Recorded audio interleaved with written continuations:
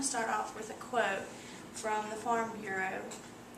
Most North Carolina moonshiners were craftsmen who took pride in the quality of the spirits they produced. Once Prohibition ended, many continued to practice their trade without paying taxes. Thus, North Carolina has long been known as the moonshine capital of the world. The origin of the first American moonshine is unknown, although it is commonly associated with southern United States, Appalachia, and Atlantic Canada. The name for homes distilled alcohol derived from producers and smugglers of moonshine working at night under the light of the moon. A moonshiner is a person who makes whiskey illegally. A bootlegger is a person who sells that whiskey illegally.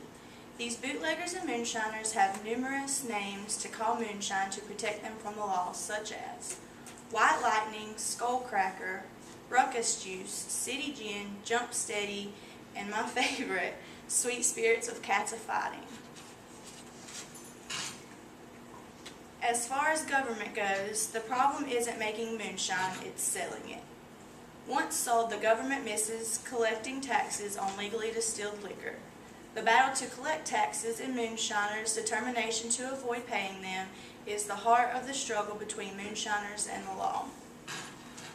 Before the 18th Amendment outlawed the sale and consumption of alcohol in America, Prohibition and moonshiners had already formed an uneasy relationship.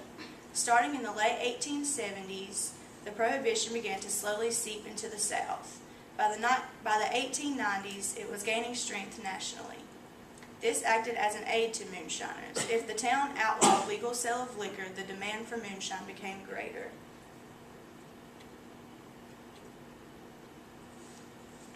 By 1916, North Carolina, South Carolina, Tennessee, Virginia, Georgia, and West Virginia were all considered dry states, so local people turned to bootleggers for their alcohol. Prohibition movements changed focus of the battle against moonshine. It proved to be a much harder task for federal and local agents, and it only got more difficult with the rise of the national prohibition that became law with the passing of the 18th Amendment. Now, this is where you get your pencils and your papers ready because I'm about to tell you how to make moonshine. First, you have your basic ingredients. You start with cornmeal, sugar, water, yeast, and malt. Then comes the mixing process. You mix all ingredients into a large container. After mixing the mixture, which is usually called mash, you put it into a still and leave it to ferment. How quickly this occurs depends on the warmth of the mash. Heat the mash to vaporization at 173 degrees. The mash will produce a clear liquid. Trap the vapor using a tube or coil. The vapor will be transferred into a second empty container. The resulting condensation is the moonshine. Keep mash in a container, and this is often called slop. And you can add more sugar, water, malt, and cornmeal and repeat the process. One can repeat the process up to 8 times before replacing the mash.